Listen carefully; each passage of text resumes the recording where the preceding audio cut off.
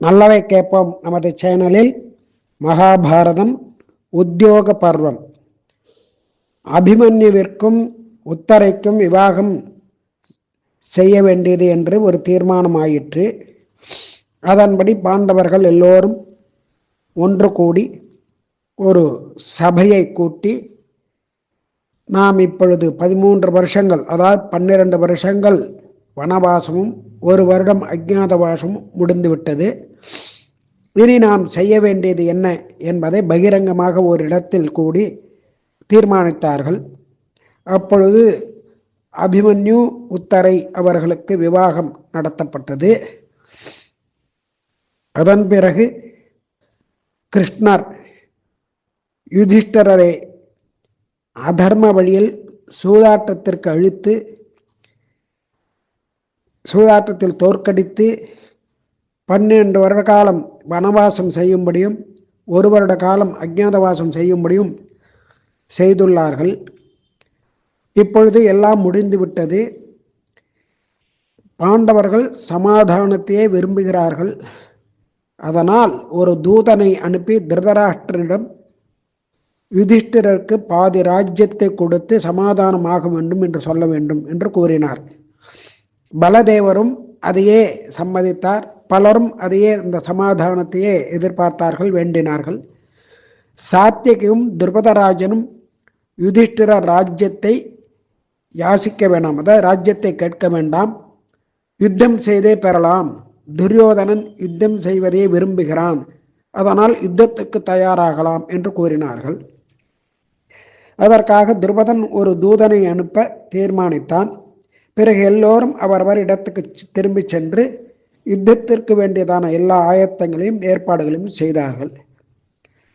கௌரவர் இனி பாண்டவர் தங்கள் அரசுரிமையை பெற முயற்சிப்பார்கள் என்று நினைத்து துரியோதனன் துவாரகைக்கு சென்று கிருஷ்ணனை பார்த்து தனக்கு சைன்யம் என்று கேட்பதற்காக சென்றான். அதே சமயத்தில் அர்ஜுனனும் அங்கு வந்திருந்தான். கிருஷ்ண பகவான் உறங்கிக் கொண்டிருந்ததால் கிருஷ்ணனுடைய கால் பக்கம், திருவடி பக்கத்தில் அர்ஜுனனும், தலைப்பக்கம் சிரஸ் பக்கத்தில் துரியோதனனும் அமர்ந்திருந்தார்கள். கிருஷ்ணன் விழித்தவுடன் தங்களுடைய கோரிக்கை வைக்க வேண்டும் என்று. அப்பொழுது சிறிது நேரத்தில் கிருஷ்ணன் கண் விழித்து அர்ஜுனனை முதலில் பார்க்கிறான். அடுத்தது துரியோதனனையும் பார்க்கிறான். இருவரிடமும் என்ன விஷயம், எதற்காக வந்துள்ளீர்கள் என்று கேட்க, எனக்கு உன்னுடைய சைன்யம் வேண்டும் என்று துரியோதனன் கேட்கிறான். அர்ஜுனன், நீ ஆயுதம் எடுக்காமல் எனக்கு துணையாக இருந்தால் போரும் என்று கேட்கிறான். பலராமர் 2 பக்கமும் சேரவில்லை, நான் யுத்தத்துக்கெல்லாம் வரமாட்டேன் என்று தீர்மானித்து விட்டார். சல்யன் பாண்டவர்களுக்கு உதவ வேண்டும் அப்படிங்கிறதுக்காக சேனையோடு வந்தான். வரும் வழியில் துரியோதனன் அவனை மறித்து அவனுக்கு உபசாரங்களை எல்லாம் செய்து அவனை புகழ்ந்து பேசி, நீ எங்களுக்கு உதவி செய்ய வேண்டும் யுத்தத்தில் என்று கேட்க, அதை தட்ட முடியாமல் சல்யன் அதை ஒப்புக்கொண்டு விட்டான். அந்த விஷயத்தை இங்கு பாண்டவர்களிடத்தில் வந்து, நான் இப்படி வாக்குறுதி கொடுத்து விட்டேன், அதனால் யுத்தத்தில் அவர்கள் பக்கம்தான் இருக்கப் போகிறேன் என்று சொல்ல, அதற்கு யுதிஷ்டிரன் ஒரு வேண்டுகோளை விடுத்தான். சரி, நீ அந்த பக்கமே இருந்து கொள், ஆனால் கர்ணன் ஜெயிக்கும்படியாக நீ நடந்து கொள்ளக்கூடாது, அதை மாத்திரம் எங்களுக்கு அந்த வாக்குறுதியை கொடு என்று கேட்டுக்கொண்டார்கள். துருபதன் ஒரு புரோகிதனை, அதாவது தௌமியர் என்ற புரோகிதனை திருதராஷ்டிரனிடம் அனுப்பி வழக்கம் போல குசல பிரஷ்னங்கள் எப்படி இருக்கிறான் என்று கேட்டு, பாண்டவர்களுக்கு கொடுக்க வேண்டியதான பாதி ராஜ்யத்தை கொடுக்கும்படியாகவும், பீஷ்மர் பாண்டவர் சமாதானத்தை விரும்புகிறார்கள், அவர்களுக்கு கொடுக்க வேண்டியதை கொடுப்பது தர்மம் என்றும் கூறினான். அதற்கு கர்ணன், சூதாட்டத்தில் இழந்த சொத்தை எப்படி யுதிஷ்டர் கேட்கலாம், அவருக்கு எந்த அதிகாரம் உள்ளது என்று கேட்க சபையில் ஒரு கலவரம் ஏற்பட்டது. திருதராஷ்டிரன் புரோகிதரை திரும்பி போகச் சொல்லி யுதிஷ்டனிடம் சஞ்சயனை வருவதாக சொல் என்று சொல்லி அனுப்பினார். சஞ்சயனை வரவழைத்து பாண்டு புத்திரர்களிடம் சென்று அன்புடன் விசாரித்து கோபம் வராத வகையில் யுத்தத்தை தவிர்க்கும் முறையிலும் நீ பேசிவிட்டு வா என்று அனுப்பினார். சஞ்சயன் யுதிஷ்டிரனையும் கிருஷ்ணனையும் பார்த்து, திருதராஷ்டிரன் உங்களுடைய க்ஷேமத்தை விசாரித்தார், சமாதானத்தை அவரும் விரும்புகிறார்.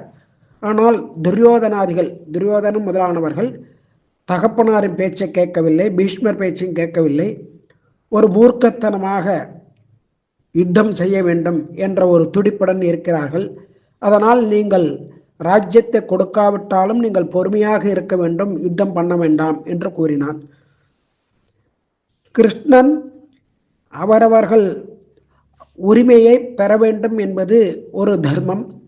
பாண்டவருடைய நன்மைக்கு பாதகமில்லாமல் கௌரவர்கள் சமாதானம் பெற முடியுமானால் அது நல்லது. அதனால் அவர்களுக்கு வேண்டிய ராஜ்யத்தை அடைய வேண்டும். ஆனால் அவர்கள் யுத்தத்துக்கு தயாராகவே இருக்கிறார்கள். அதனால் இரண்டில் ஒரு முடிவை செய்யட்டும் என்று கூறினார். யுதிஷ்டிரர் எங்களை நாடின்றி, அதாவது நாடு இல்லாமல், ஊர் இல்லாமல் மற்றவர்களை அண்டிப்பிழைக்கும்படியாக செய்யக்கூடாது என்று சொல்லி, நாங்கள் 5 பேர் பாதி ராஜ்யம் அல்லது 5 கிராமங்களையாவது எங்களுக்கு கொடுக்க வேண்டும், கொடுத்து சமாதானம் செய்து கொள்ளுங்கள், அப்படி சமாதானமாக இருந்தால் போரும் என்று சமாதானத்துக்கும் யுத்தத்துக்கும் இரண்டுக்கும் தயாராக இருக்கிறேன் என்று திருதராஷ்டிரனும் கூறும்படியாக சொல்லி அனுப்பினார் தர்மர்.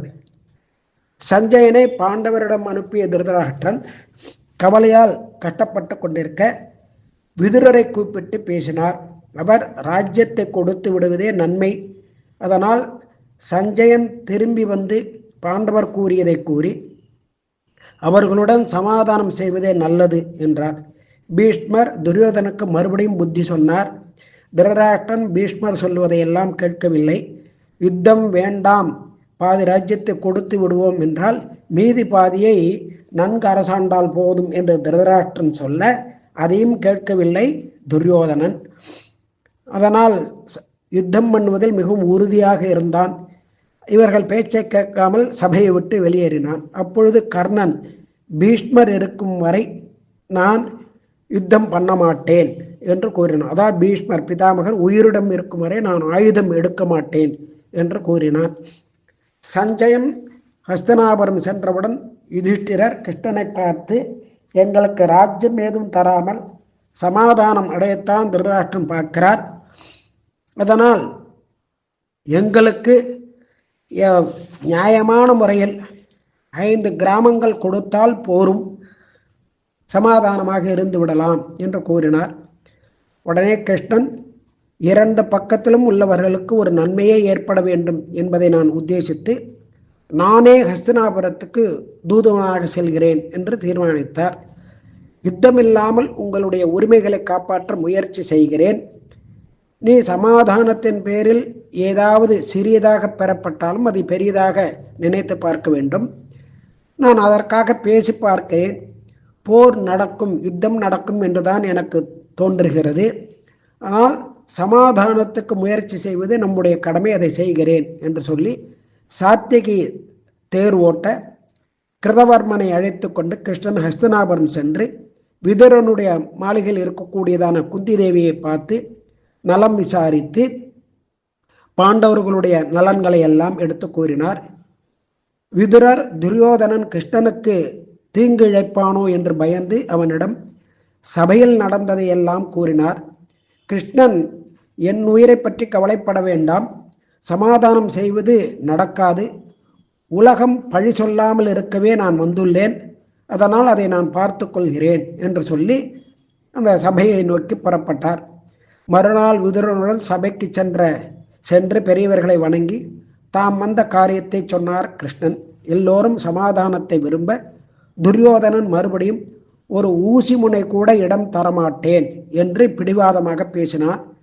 விதுரனை பார்த்து, என்னுடைய சிற்றப்பனாக இருக்கக்கூடியதான சிறிய தந்தையாக இருக்கக்கூடிய நீ என் சோற்றை தின்று என் பகைவர்களுக்கு துணைவனான கிருஷ்ணனை உன்னுடைய வீட்டிற்கு அழைத்து நீ விருந்து படைக்கிறாயா என்று வேசி புத்திரனான உனக்கு அந்த மாதிரி புத்திதான் வரும் என்று ஏசினான்.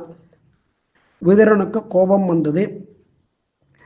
நீ பேசியதற்கு நான் உன்னுடைய சிரசை கொய்திருப்பேன் என்று சொல்லி ஆனாலும் சந்திரகுலத்தில் பிறந்திருப்பதால் பழிக்கெஞ்சு செய்யாது விடுகிறேன். நான் பாண்டவருக்கு துணையாக இல்லை என்பதை உணர்த்த நிகரற்ற வில்லை முறிக்கிறேன் என்று ஒரு வில்லை தனுஷை எடுத்து முறித்து காண்பித்தான். துரியோதனன் தம்பிகளை அழைத்து சபையை விட்டு வெளியேறினான். திருதராட்டிரனுடன் கிருஷ்ணன், நீங்கள் துரியோதனனை தியாகம் செய்து உங்களுடைய குலத்தை காப்பாற்றுங்கள் என்று கூறினான். மற்றவை நாளை கேட்போம்.